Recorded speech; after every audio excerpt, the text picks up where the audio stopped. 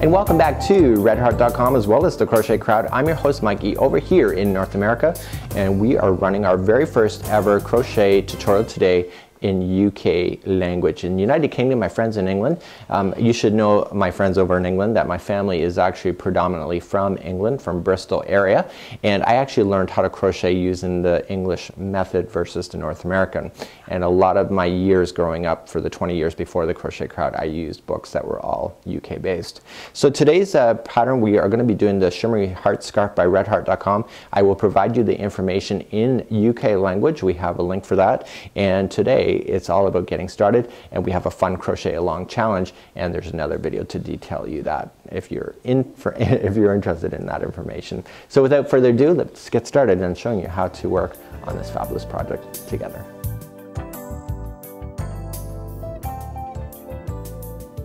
So let's begin to fillet crochet. We are going to be putting in our heart shapes and our other shapes into the scarf as we go. Very quick and easy. You'll find this project go really quickly. So what we have today is the Red Heart Shimmer. You only need one ball of that. If you are substituting your yarn or the hook, just remember that when you do so, it does change the yarn quantity. Now the pattern is asking for a size F or 3.75 millimeter crochet hook today. I can't seem to find it. It's probably buried in my couch somewhere. But I'm using a G size 4.0 millimeter. So let's begin today, and I'm going to show you the ins and outs of doing fillet crochet. So when reviewing the pattern, and I'll provide that in the more information of this link, you will notice that it starts off with the instructions and then it says.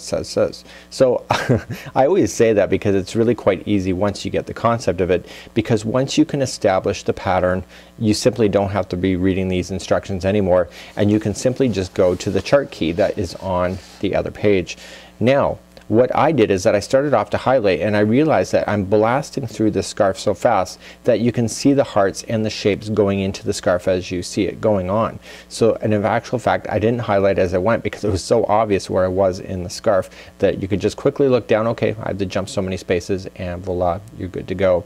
To make it easier, I'm going to put this key diagram on the side of this video, and what you're going to be doing is that I'm going to show you how to get started, and then I'm going to leave the rest to you, and then we're going to come back and I'll review how to do the border. Once you understand this concept, it is really so simple, and you can use this concept. Here's a tip for you. If you wanted to do a name inside your scarf, if you just take out the shapes that you see for the heart and replace it with letters, then simply you can create a name going down this whole thing if you have the right amount of boxes left. So let's begin, and let's grab your yarn and your hook, and let's get started. So let's grab a yarn and create an extra long tail, and we're going to be using that to sew it in afterwards. So if you know how to do that, it's really a lot more easier than trying to bury in a smaller tail that likes to fall out all the time. Creating a slip knot, we're going to slip it onto our hook, and as per the instructions it says with the larger hook, so if it's a size F it'd be 3.75 millimeter because there's two hooks being used in this pattern, and the smaller hook is being used for the border. So in this case I'm using my 4 or my size G because I'm substituting. So what we have, it says chain a 24 loosely. So remember that this never counts as one. So 1, 2, 3, 4 and 5, and I want you to go all the way to 24 on your own. We'll meet back up at the end of the line in just a moment, and I'll show you what to do next. So we're now going on to row number 1, and it says working in the back loops of the chain stitch, then treble in the 4th chain from the hook. So let me explain that to you. Normally in crochet you would not worry about that. You would just go into the regular stitch as required, but it's asking you to go into the back because it wants you to turn the chain over so that you have a beautiful finish. So you're going to count back from the hook 1, 2, 3 and 4, and once you got your 4th, you're going to wrap your yarn and go into that stitch from behind. There's a loop that is going to be sticking up when you turn that over. So you're going to be doing a treble right in that back loop only, and what this is doing is it's causing your stitches to turn over. It's causing the chain to turn over. So now we're just going to continue to go into the back chain, and the loops are just sticking up, and you're going to treble into each one going all the way across. And again, once you turn that over, they become really obvious and easy to access, and this is going to create a beautiful finish on the starting line as well as the lines above. So continue along. We'll meet you at the end of this line. We'll move up into this project into row number 2. We've just finished row number 1 and now it's time to move up from row number 2. It doesn't matter which language that you're using when it comes to using these diagrams, as long as you understand what is happening inside. So this one here is the printout from the American version. It says double crochet when it's a solid with has a period inside. Then what happens is it says double crochet into the next 2 double crochet, or 2 double crochets into the next chain 2 space, and then double crochet into the next. So essentially what's meaning is that each one of these dots represents 2 double crochet that's filling in that space. So the ones that don't have anything inside, those would essentially be nothing inside. So there'd be no double crochets inside. For our UK friends, double crochet equals treble. So when you're going along in this, instead of it would be treble into the next 2 trebles, or 2 trebles into the next chain 2 space, and then treble into the next treble. So that's essentially, it's the same thing, and that's the beauty about these patterns, is that they are transposable when it comes to language, because it's just a symbol. So if you understand what it's asking you to do, it becomes very simple. So let's move along to row number 2 and let's get started and I'm actually doing the fillet part of this project. We are simply going to start now and just chain up 3. So 1, 2, and 3. And so following what I've just said about the boxes, we look at the first box and see that it's solid. So therefore we know that these 2 trebles here, they have to have 2 trebles on top of it in order to fill in the box. So we're going to treble into the next 2 trebles, just like so. And this is the interior of that box, so we have to add another treble, which is the framework. So just picture this as a big graft. So this is the framework, and this is the filler. So it shows that the next boxes are empty. So we have one empty box, so we have to chain 2. We skip 2 trebles down on the line and go to the third, and we're going to treble into that, which is creating the empty box. We have another empty box, so we chain 2.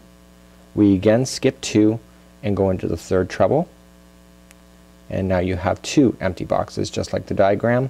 And so then this one is right directly in the middle and it's solid, so therefore the interior needs a treble in both of the next ones here, and then we do the framework. This is the outside. So just picture everything in groups of 4 in order to work together.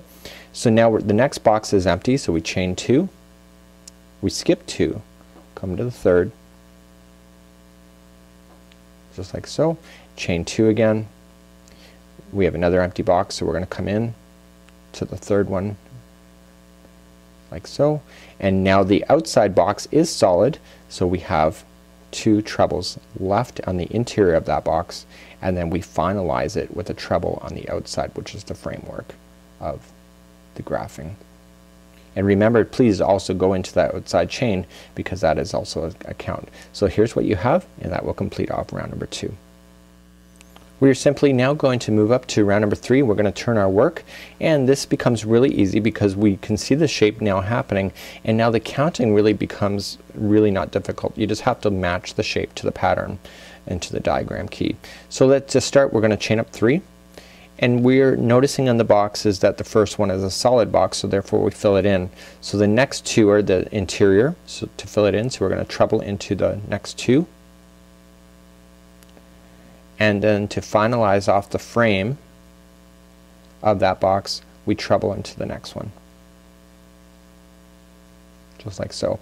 So we can see on the pattern that the next 5 boxes are all empty, and then the final box is solid. So this is how you do it. So in order to do this, you chain 2 and you just match it to wherever the point is down here in order to keep these boxes open. And so you're just basically trebling into those. So 1 and 2, look for the next one. So the next one is right here on the outside, right there. So now this here is hollow, even though the one underneath is solid, so you still chain 2 and then you go into the third one over here, and that will finalize that one. And then 1 and 2, and treble into the next area where they're meeting, and 1 and 2, and trebling into the next. And so the final box is solid, so we're just going to treble into the next 2 to fill it in, and then treble into the final, which is the outside of that box, and that would complete off round number 3. And so now you can start seeing the shape really starting to take effect. Let's move up to row number 4. We're going to turn our work again, and we're noticing that the boxes now are starting to get more solid toward the outside because the heart is starting to sink inward, just like you see. So to begin, we are going to chain up 3 as always, 1, 2, and 3, and we are going to treble into the first to make the first box. So we're going to treble as normal. So then the middle 2 are going to be filled in, and then the third one here is the graphing, kind of crossing points of the graph. So now you need to have another solid box. So there's really not much stitch work to grab onto, so you're just going to go underneath and just go and wrap it around it, and you're going to do 2 double crochet or 2 trebles into that. So now what you're going to do is that you're going to treble into the next crossing points, just like you see, and then we are going to chain 2 because you can see that the next 3 boxes are empty, and you're going to treble into the next crossing point and chain 2, treble into the next crossing point underneath, chain 2, and into the next one, just like so. So now the final 2 boxes are solid, so we're going to treble 2 times,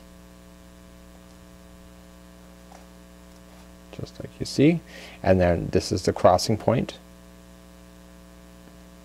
and then the final 2 inside this box are going to be trebled, and of course we cannot forget our outside chain, which is the outside of the graphing points as well. So now you can start seeing that the heart is starting to sink inward toward the point. So let's turn our work. We're moving up to row number 5 together, and we can compare the pattern to where we are right now. You will notice that in row 5 that it's only the center one that remains empty in the next line going above. So you can either trust in yourself to count your stitches over, or you can just eye it up and make it work for you.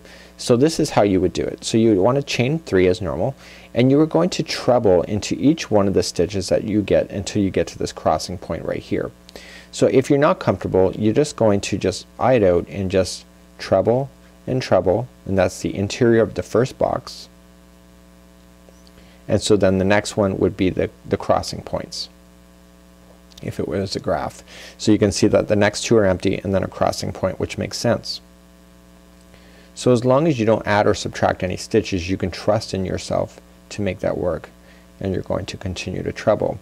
So now that we are going across, we need to fill in this box, so we're going to treble right into the gapping space, and we're going to do that twice, and then we're going to do the crossing points. So as per the instructions, it says that the interior middle one is empty, so we're going to chain 2 and then treble into the crossing points to maintain that gapping space. And now we are going to treble ourselves all the way across. So in the middle of this box we're only going to put 2, then we put 2 into a treble into the crossing points, and then just trebling all the way across. Very quick and very easy. When you start skipping over so many areas of your pattern like you are, it makes this pattern really quick, and as long as you can understand the concept, it becomes really fun. So let's move along to row number 6. In row number 6 I'm going to head you off at that point, and then you can do the rest on your own, and then I'll show you how to do the border after that. So let's move along to row number 6 and turn our work. We are simply looking at our project and noticing in row number 6 everything is solid, so that means including the middle here there is going to be double crochets so that it completes a solid line just how you already started. So to begin this one here, we chain up 3 and treble into each one of the trebles that you run into, and then when you get to that space you just fill it in with a couple trebles just like you have been. So in this pattern I want you to follow this diagram key going all the way up, and just follow the shaping that it's asking you to do. Once you get all the way to the top, you will notice that the mannequin or the model is wearing her particular hearts so that they're upside right, and what that is meaning is that this scarf that you're seeing in the diagram key is only 1/2 of the scarf. So here in the middle I'm just filling it in with 2. So what you want to do is after you get all the way to the top, you're going to fasten off just like you see, and then what we need you to do is refasten back on down at the bottom here. Turn the hearts so that they're facing upward, and then restart this pattern once again starting right here and you're going to fasten on and begin the pattern starting on row number 2. And what this will do is that when this seam here is on the back of your neck, that the hearts will then be facing up when it's on your body. So in the next part of this tutorial, I'm going to show you how to be able to do the border on this project. When we're looking at the pattern, it's very simple to follow, is that we're going from rows 1 all the way to 53. This goes extremely fast. And this is only 1/2 of the scarf. If you noticed in the model, you'll notice that her heart is facing upside right, so the hearts are looking upside down at this point. That's because the back of the neck is right here. So once you get all the way to the top, what you're going to do is fasten off, refasten on down here, and then start this again. And what this does is that it puts the hearts on the other side so that they're facing up, just like so. So when it's wrapped around your neck, both hearts will appear, because this is the back of your neck, both hearts will appear upside right. So it's very easy once you understand that concept. So you now just come up to the end of row number 53, and essentially if you were to continue it along, which you can't because the key diagram is going, you'd go back and forth on this little edge. Now instead I want you to turn the work sideways. I did fasten off my yarn, so I just fastened on some new ones. So if you wanted a new border color, you can do that at this point as well. That's up to your personal creativity. So to begin the side border, we're just going to work our way down. The hearts will be on their side, and we are just going to chain 1. We are going to double crochet within the first post area, like so, and then chain 2, and then double crochet back in, like so. So you end up with a really nice finish of this. So now you move down the rows, so you can see the rows here. You just keep moving down, grab the next post that's in the row, double crochet, chain 2, double crochet, and then again. So continue that all the way down, and when we come back we're going to do the little space at the bottom. This is exactly the same on the other side of the long area, so you end up with a really nice finish here. And so when we come back we're going to focus on doing the bottom at this point. So we've just come around the edge here, and we're now ready to go over the flat bottom. This is the first side of the flat. What we're doing here will appear on the other side, so you just have to reverse the video back to this point if you're getting confused at any point. So in the first stitch it's telling you to do double crochet, chain 2, and double crochet into the next treble. So the very first one here is double crochet, chain 2, and double crochet. So here is the easiest thing to remember, and I've already done the American version, so it's just actually really easy for me. You're going to skip the next stitch, and the next one we are going to do single crochet, or sorry, double crochet in, and then we just chain 2 over here, so this one's chaining 3, and then double crochet in. So now we skip the next one, go to the second over, and we are going to do a double crochet. And now we're just going to chain 4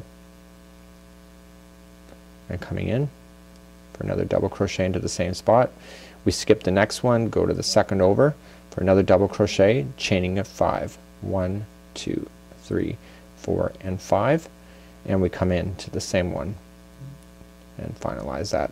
Once you get that done, we are going to start working along the middle section of this, and the middle section is really easy. And what it says here is that we are going to put in a double crochet into the next treble. So what we're going to just do is we're going to skip and we're going to double crochet into the next, like so, and then it says to half treble, treble, picot into the next treble.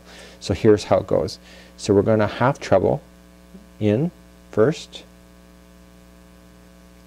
Okay, we are going to treble into the same one, and now this is a picot.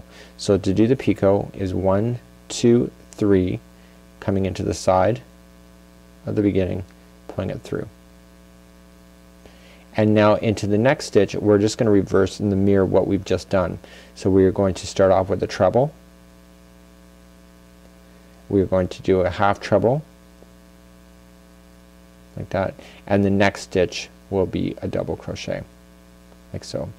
So now we're going to skip over and start reversing everything that we just did over here. So then we're going to skip the first one, go to the second over, and we are going to do a double crochet. We're going to chain 5, 1, 2, 3, 4, and 5 into the same. we are going to skip the next one, go to the second over, and for a double crochet, chaining of 4, 1, 2, 3, and 4, going in for a double crochet, skip the next one, we're going to double crochet, chaining of 3, 1, 2, 3 into the same one, and this will take you to the very last one on the outside here, and we're going to double crochet, chain 2, and double crochet in. So now we just simply just turn the work, and just how you've gone through down the other side, you will do this on the other side going all the way down. And so then once you get to the other side, you'll just repeat exactly what you've done here, and you will have a beautiful finish on both sides of your scarf. So here you have it, the final product of today's Shimmery Heart Scarf. On behalf of redheart.com, redheart.co.uk, as well as thecrochetcrowd.com, I'm your host Mikey. Thank you so much for joining me on the Crochet Along. Now it's up to you. Once you finish one of these, post a finished photo to Facebook for the redheart.com as well as the Crochet Crowd, and if you're interested in the giveaway, be sure to check out the contest details in order to submit us a photograph before the 28th of January of 2014. Until next time, I'm Mikey on behalf of Red Heart as well as the Crochet Crowd. We'll see ya.